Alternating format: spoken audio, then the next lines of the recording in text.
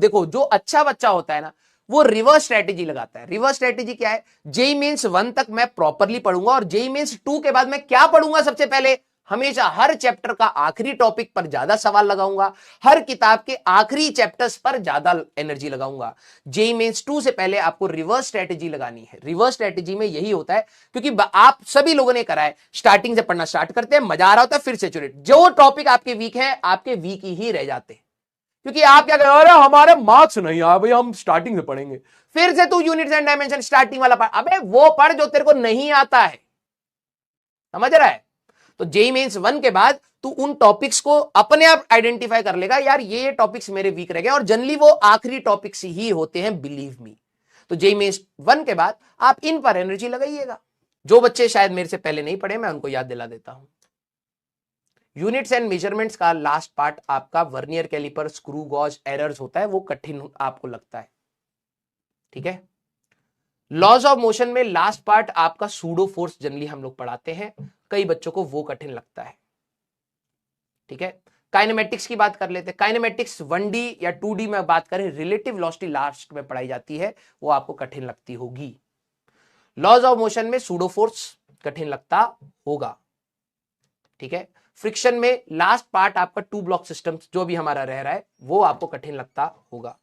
Circular motion में भी last part में अगर आप देखें तो हमारे पास डायनेमिक्स वाला पार्ट आता है, सेंट्रीफ्यूगल फोर्स, जहां पर हम लोग बात करते हैं ब्लॉक ऊपर गया नीचे गया, उसकी चीजें आपको कठिन लगती होंगी।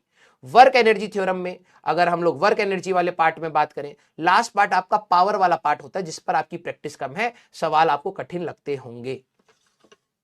सेंटर ऑफ मास में लास्ट पार्ट, अगर सेंटर ऑफ मास की बात करें तो यही हमारे पास सीएम फ्रेम आता है, सेंटर ऑफ मास फ्रेम, ये आपको कठिन लगेगा। कोलिजन में लास्ट पार्ट ऑब्लिक कोलिजन का है, कठिन लगेगा। रोटेशन में लास्ट पार्ट रोलिंग मोशन का है, कठिन लगेगा।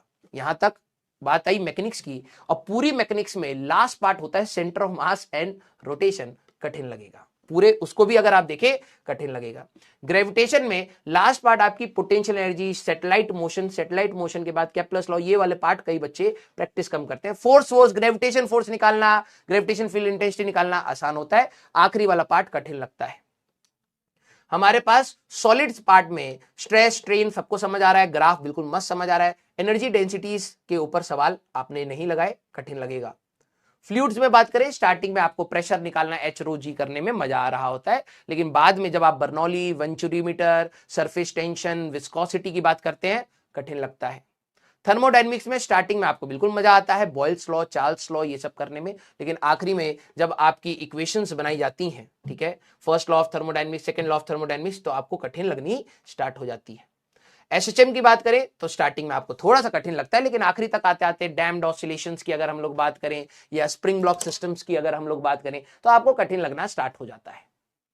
वेव्स की बात करें तो स्टार्टिंग में कोई दिक्कत वाली बात नहीं है, लेकिन आखिरी में आते आते अगर आप बात करें तो हमारे पास प्रेशर वेव बनाना, प्रेशर वेव, हमारे पास वेलोसिटी इन स्ट्रिंग के हमारे पास क्वेश्चंस, वो कठिन लगने स्टार्ट हो जाते हैं। 11th की सेकंड पार्ट की अगर मैं बात करूं तो स्टार्टिंग से लेकर अगर आपको जो सबसे टफ चैप्टर लगते हैं, that is SHM and waves, again the last part, ठीक है। इलेक्ट्रोस्टैटिक्स में आ जाते हैं। इलेक्ट्रोस्टैटिक्स में स्टार्टिंग में बिल्कुल मजा आ रहा होता है, आखिरी में आपके गॉस लॉ के अर्थिंग वाले सवाल, इंडक्शन वाले सवाल नहीं हो पाते।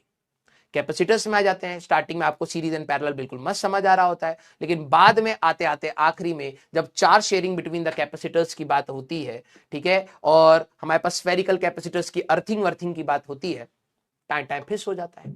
करंट इलेक्ट्रिसिटी सर मजेदार चैप्टर होता है, स्टार्टिंग में सीरीज एंड पैरेलल करने में, I equal to NE VD लगाने में मजा आ रहा होता है, लेकिन पोटेंशियोमीटर के सर सवाल नहीं होते।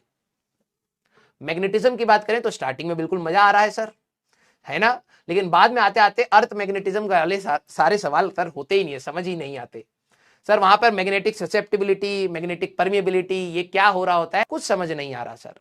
मूविंग कॉइल गैल्वेनोमीटर सर समझ नहीं आ रहा, क्योंकि वो लास्ट पार्ट में था। इलेक्ट्रोमैग्नेटिक इंडक्शन में स्टार्टिंग में मजा आ रहा होता है, लेकिन आखिरी में आते आते टाइम वेरिंग मैग्नेटिक फील्ड के बारे में बात होती है, नहीं समझ आ रहा सर। ऑल्टरनेटिंग करंट में स्टार्टिंग में ठीक है सर, थोड़ा बहुत समझ आया, लेकिन रेजोनेंस वाला पार्ट सर क्लियर नहीं हो पा रहा था सर।